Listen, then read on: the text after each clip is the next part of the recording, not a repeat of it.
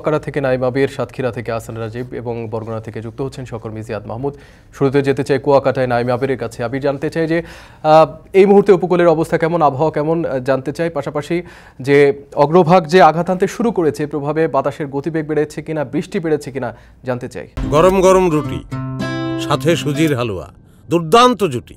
তবে জুটি জমাতে চাই তীর আটা ময়দার সুজি, কারণ তীর ছাড়া আমার চলেই না। আমার অবস্থা দেখে নিশ্চয়ই বুঝতে পারছেন যে এই মুহূর্তে কুয়াকাটা সমুদ্র সৈকতের উপর দিয়ে ঠিক কি বয়ে যাচ্ছে। আমি যদি বলতে চাই যে প্রচন্ড গতিবেগে বাতাস বইছে, বৃষ্টি বইছে, এবং একই সাথে যদি আমি আপনাকে দেখাতে চাই তাহলে এই যে সমুদ্র সৈকতের যে ধুলো বালি সব কিছু একেবারে একসাথে উড়ে উড়ে আসছে। অর্থাৎ মানে পুরো সমুদ্র সৈকত অবস্থায় একেবারে শুনশান একটা নীরবতা বিরাজ করছে। আমরা যখন এর আগে যখন যুক্ত হয়েছিলাম আপনার সাথে তখন দেখাচ্ছিলাম যে যারা পর্যটক এবং দর্শনার্থী তারা সবাই এখানে ততক্ষণও ছিল, ঘোরাফেরা করছিল, ছবি তুলছিল, কিন্তু এই মুহূর্তে আমরা একেবারেই পর্যটক শূন্য আমরা প্রায় বলতে পারি। কয়েকজন আমরা গণমাধ্যম কর্মী যারা আসলে রিমালকে ফলো করছি তারা ছাড়া খুব একটা আইন শৃঙ্খলা রক্ষাকারী বাহিনী, পুলিশের সদস্য, টুরিস্ট পুলিশের সদস্য ছাড়া এই মুহূর্তে কুয়াকাটা সমুদ্র সৈকতে খুব একটা জনমানব বা সাধারণ মানুষ বা ভ্রমণ পিপাসু পর্যটক আমরা আসলে দেখতে পাচ্ছি না। পরিস্থিতি আরও ভয়াবহ আকার ধারণ করছে। বিপ্লব, যদি একটু বলতে চাই তাহলে যেহেতু রাতের প্রথম ভাগ অর্থাৎ সন্ধ্যার পরে মূলত রিমালের মূল যে আক্রমণটি সেটি আসলে হওয়ার সম্ভাবনা তৈরি হয়েছে, যেহেতু আবহাওয়া অফিস সবশেষ ব্রিফিংয়ে আমাদেরকে সেটি জানিয়েছিলেন। সেই জায়গা থেকে বলতে চাই যে সেই সময়টি যেহেতু ঘনিয়ে আসছে এবং সময় ঘনিয়ে আসবার সাথে সাথে কিন্তু সমুদ্র খানিকটা উত্তাল এবং ক্ষুব্ধ আচরণ করছে। একটু বলে রাখতে চাই বর্তমানে এই সময়টা কিন্তু ভাটা চলছে।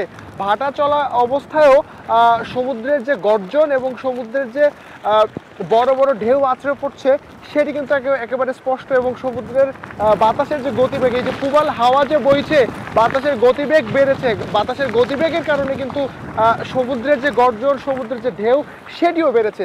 সার্বিকভাবে এখন যদি আমি কুয়াকাটার পরিবেশ বা পরিস্থিতি বলি, যে কুয়াকাটার পাশে যেহেতু রয়েছে, প্রথমত বলি যে পটুয়াখালী জেলায় কিন্তু উপকূলীয় জেলা হিসেবে পটুয়াখালীতে 10 নম্বর মহাবিপদ সংকেত, এবং একই সাথে পায়রা যে সমুদ্র বন্দর, সেই পায়রা সমুদ্র বন্দরকেও যেহেতু 10 নম্বরের বিপদ সংকেত দেখাতে, মহাবিপদ সংকেত দেখাতে বলা হয়েছে। সেই প্রভাব কিন্তু এই কুয়াকাটা সমুদ্র সৈকতে যথেষ্ট রকমভাবে পড়েছে। কারণ আমরা দেখছিলাম যে 10 নম্বর মহাবিপদ সংকেত মানেই এরপরে কিন্তু আর একটি মাত্র মহাবিপদ সংকেত রয়েছে, এবং অর্থাৎ শেষ যে মহাবিপদ সংকেতটি সেটি কিন্তু এখন চলছে। এরপরে আসলে ওই যোগাযোগ বিচ্ছিন্ন হয়ে যাওয়ার খবর ছাড়া আমরা কিন্তু আসলে আর বিস্তারিত বা বিশেষ কিছু থাকবে না। সুতরাং এই মুহূর্তে এতটুকু বলাই যায় যে কুয়াকাটা সমুদ্র সৈকত এবং উপকূলবর্তী যে এলাকা অর্থাৎ পটুয়াখালী, এই পটুয়াখালীর অবস্থা বেশ নাজুক অবস্থা ধারণ করেছে, এবং 350-র মতো যে আশ্রয় কেন্দ্র এখানে রয়েছে, এর বাইরে হোটেল, মোটেল, রিসোর্টগুলোতে অস্থায়ীভাবে আশ্রয় কেন্দ্র তৈরি করা হয়েছে। এই মুহূর্তে আমার কাছে এই ছিল কুয়াকাটা সমুদ্র সৈকত থেকে সবশেষ খবর। আমরা চলে যাচ্ছি বরগুনাতে, সেখানে রয়েছেন আমাদের সহকর্মী জিয়াদ মাহমুদ।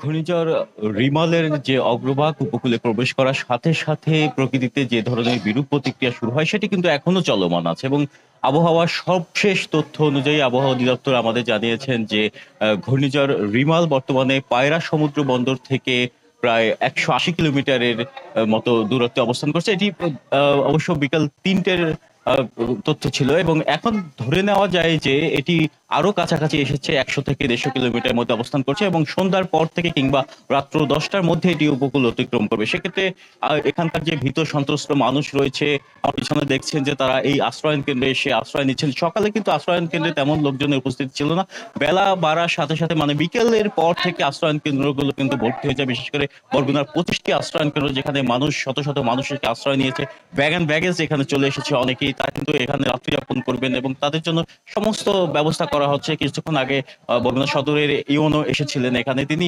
এসে এখানকার যে মানুষ যারা আশ্রয় নিয়েছেন তাদের মাঝে শুকনো খাবার বিতরণ করছেন। এবং আপনাকে একটি তথ্য জানিয়ে রাখি যে অতীতে যত বড় বড় ঘূর্ণিঝড়গুলো আঘাত এনেছে তাদের কিন্তু কেন্দ্রকে কেন্দ্র করে চক্ষু বলয়ের মতো তৈরি হয়, এবং এই ঘূর্ণিঝড় সেটি হয়ে এবং স্যাটেলাইট থেকে পাওয়া যে চিত্রগুলো আমরা দেখছি সেখানে দেখা যায় যে একটা যে ঘূর্ণিঝড়ের যে চারপাশের যে মেঘমালা সে কিন্তু চক্ষুর ন্যায় দাঁড়িয়েছে এবং এর তবু এখানকার যে আবহাওয়া অফিস থেকে জানানো হয়েছে যে এটি সিডরের মতো অতটা ভয়াবহ কোনো ঘূর্ণিঝড়ে পরিণত হবে না এবং এটি যে অবস্থান করছে তার 64 কিলোমিটার মধ্যে ঘন্টায় 90 কিলোমিটার দিকে অগ্রসর হচ্ছে, তার ঝোড়ো বা দমকা 120 কিলোমিটার পর্যন্ত বৃদ্ধি পাচ্ছে এবং এটি তার সর্বশক্তি নিয়ে যদি আঘাত করে তাহলে ঘূর্ণিঝড় আইলা বা তার থেকে কিছু শক্তিশালী ঘূর্ণিঝড়ের উপর দিয়ে। তবে জলোচ্ছ্বাসের সংখ্যা আছে, সে কারণে কিন্তু এখনো প্রচারণা চালাচ্ছে। জেলায় 673টি আশ্রয়ণ কেন্দ্র এবং 3টি মুজিব কেল্লা সহ 42টি মেডিকেল টিম প্রস্তুত আছে, যেখানে তারা সার্বক্ষণিক মানুষকে সেবা দিতে প্রস্তুত। এই ছিল বরগুনা থেকে আমার কাছে সবশেষ। এখন আমরা যাব সাতক্ষীরার রাজীবের কাছে, সেখানকার পরিস্থিতি জানবো।